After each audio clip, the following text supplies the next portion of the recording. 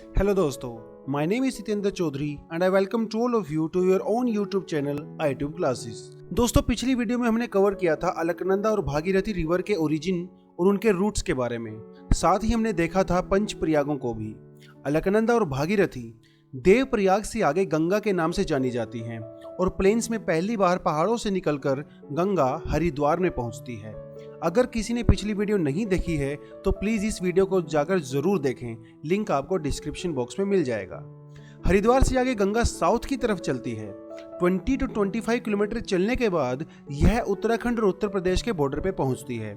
इसके बाद लगभग 25 किलोमीटर तक यह दोनों स्टेट्स की बाउंड्री बनाते हुए चलती है और फाइनली उत्तर प्रदेश में बिजनौर डिस्ट्रिक्ट से एंटर करती है।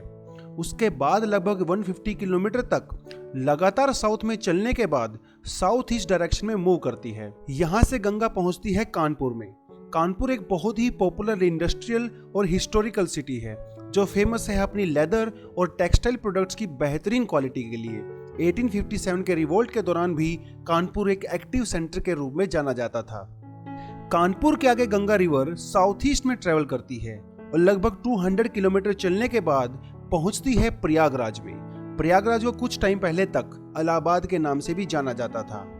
प्रयागराज एक बहुत ही फेमस रिलीजियस सिटी है जहां पर गंगा, यमुना और सरस्वती नदियों का संगम देखने को मिलता है।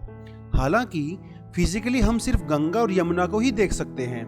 कुछ लोगों का मानना है कि सरस्वती रिवर अंडरग्राउंड फ्लो करती है। तीनों नदियों के मिलन की वजह से इस जगह को त्रिवेणी संगम भी कहा जाता है, जो हिंदुओं के लिए एक बहुत ही सैक्रेड प्लेस है। यहीं पर वर्ल्ड फेमस महाकुंभ मेला भी लगता है, जो अर्थ पर इंसानों की सबसे बड़ी गैदरिंग मानी जाती है। क्योंकि फिजिकली हम सिर्फ यमुना को ही देख सकते हैं, तो यमुना को गंगा की वेस्टर्न मोस्ट ट्रिब्यूटरी भी कहा जाता है। यमुना के बारे में डिटेल में हम थोड़ी देर में देखेंगे। यहाँ से रिवर गंगा ईस्ट की तरफ चलती है और पहुंचती है मिर्जापुर में। जी हाँ, मिर्जापुर वही सिटी है जिसके ऊपर बहुत ही पॉपुलर वेब सीरीज मिर्जापुर बनी है।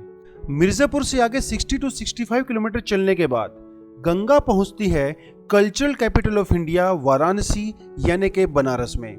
वाराणसी से अगला सिटी जहां गंगा पहुंचती है वो है गाजीपुर। गाजीपुर से आगे लगभग 35 किलोमीटर चलने के बाद गंगा यूपी और बिहार के बॉर्डर पे पहुंचती है। उसके बाद लगभग 100 किलोमीटर तक यह बाउंड्री बनाते हुए चलती है और फाइनली आरा डिस्ट्रिक्ट में बिहार में एंटर करती है। यहाँ से रिवर आगे चल के पटना से होते हुए बेगूसराय पहुँचती है और फाइनली बिहार और झारखंड के बॉर्डर पे पहुँच जाती है। झारखंड में यह साहिबगंज डिस्ट्रिक्ट से एंटर करती है। 70 to 75 किलोमीटर तक यह झारखंड और वेस्ट बंगाल की बाउंड्री बनाती है और राजमहल के पास वेस्ट बंगाल में एंटर करती है। फरक्का टाउन में पहुंचने के बाद यह दो पार्ट्स में डिवाइड हो जाती है in the form of distributaries. Farakka barrage 1975 में इंडिया ने बनाया था ताकि इसका कुछ पानी भागीरथी हुगली रिवर सिस्टम में डाइवर्ट किया जा सके। गंगा की दूसरी ब्रांच बांग्लादेश में एंटर करती है जहां पर इसे पद्मा के नाम से जाना जाता है।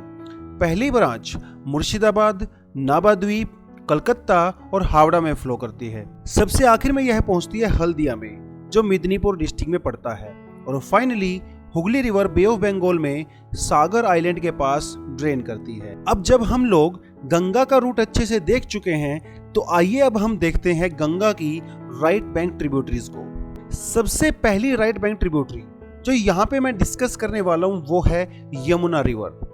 यमुना रिवर यमुनोत्री ग्लेशियर से निकलती है जो गंगोत्री ग्लेशियर से 40 to 5 किलोमीटर वेस्ट की तरफ पड़ता है। गंगोत्री ग्लेशियर से भागीरथी रिवर ओरिजिनेट करती है। यमुनोत्री से स्टार्ट होकर यमुना साउथ ईस्ट डायरेक्शन में फ्लो करती है और कलसी टाउन में पहुंचती है जो उत्तराखंड और हिमाचल बॉर्डर के पास पड़ता है। उसके बाद लगभग 30 किलोमीटर तक यमुना उत्तराखंड और हिमाचल की बाउंड्री बनाते हुए फ्लो करती है।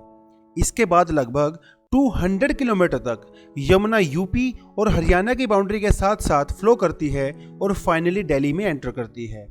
दिल्ली से निकलकर यमुना नोएडा पहुंचती है और एक बार फिर से हरियाणा और यूपी की बाउंड्री के साथ साथ फ्लो करती है। इसके बाद यमुना मथुरा और आगरा में पहुंचती है। आगरा में यमुना की वेस्टर्न साइड में दुनिया के 7 वंडर्स में से एक ताजमहल बना हुआ है। यूपी के इटावा डिस्ट्रिक्ट में यमुना में एक दूसरी रिवर चंबल आके मिलती है। चंबल रिवर यमुना की एक मेजर ट्रिब्यूटरी है। इसके आगे लगभग 10 किलोमीटर चलने के बाद एक दूसरी ट्रिब्यूटरी सिंध यमुना में आकर मिलती है। यहाँ से Yamuna river south east direction में कंटिन्यू करती है और हमीरपुर पहुंचती है। हमीरपुर में एक दूसरी नदी बेतवा यमुना में आकर मिलती है। हमीरपुर से आगे 50 to 60 किलोमीटर चलने के बाद यमुना पहुंचती है गांव में जिसका नाम है चिला, जो पड़ता है यूपी के फतेहपुर डिस्ट्रिक्ट में।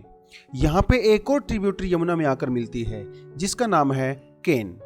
फतेहपुर से आगे यमुना अपनी जर्नी को कंटिन्यू करती है और फाइनली पहुंचती है प्रयागराज में। प्रयागराज में यमुना गंगा को ज्वाइन करती है एज अ ट्रिब्यूटरी। यमुना के बाद गंगा की दूसरी राइट बैंक ट्रिब्यूटरी है सोन। सोन रिवर मध्य प्रदेश और छत्तीसगढ़ बॉर्डर के पास अमरकंटक के पास से ओरिजिनेट करती है। ओरिजिनेट होने के बाद लगभग 40 किलोमीटर तक यह छत्तीसगढ़ में फ्लो करती है और उसके बाद मध्य प्रदेश में एंटर करती है। मध्य प्रदेश में यह शहडोल डिस्ट्रिक्ट से फ्लो करती है। यहाँ पे बाणसागर डैम बनाया गया है जो एक मल्टीपर्पज रिवर वैली प्रोजेक्ट है। बाणसागर डैम से आगे लगभग 40 किलोमीटर चलने के बाद बानस रिवर इसमें आके मिल जाती है। यहाँ से सोन रिवर के लगभग 100 किलोमीटर नॉर्थ ईस्ट डायरेक्शन में चलने के बाद एक दूसरी ट्रिब्यूटरी गोपाद इसमें आके मिलती है। यहाँ से लगभग 40 to 50 किलोमीटर चलने के बाद सोन रिवर यूपी में एंटर करती है। यूपी में सोनभद्र डिस्ट्रिक्ट में छोपान नाम के टाउन में रिहांद रिवर सोन को ज्वाइन करती है। इसके बाद सोन रिवर पहुंचती है यूपी, बिहार और झारखंड के बाउंड्री के ट्राई जंक्शन पे। 50 to 60 किलोमीटर तक बिहार और झारखंड की बाउंड्री बनाने के बाद कोयल रिवर भी सोन रिवर में आके मिल जाती है। यहाँ से सोन नदी नॉर्थ ईस्ट डायरेक्शन में फ्लो करती है और फाइनली पटना में पहुंचती है। पटना में फाइनली सोन रिवर गंगा को एज अ ट्रिब्यूटरी ज्वाइन करती है। गंगा की तीसरी राइट बैंक ट्रिब्यूटरी है दामोदर रिवर। यह झारखंड में चांडवा गांव के पास से ओरिजिनेट होती है जो लातेहार डिस्ट्रिक्ट में पड़ता है।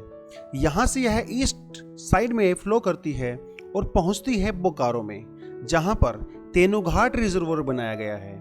कंटिन्यूअस फ्लडिंग आने के कारण दामोदर को सोरो ऑफ बिहार भी कहा जाता था।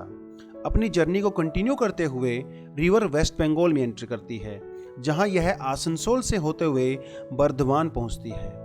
बर्धमान से साउथ टर्न लेते हुए यह कलकत्ता से थोड़ा ऊपर हुगली रिवर को ज्वाइन करती है।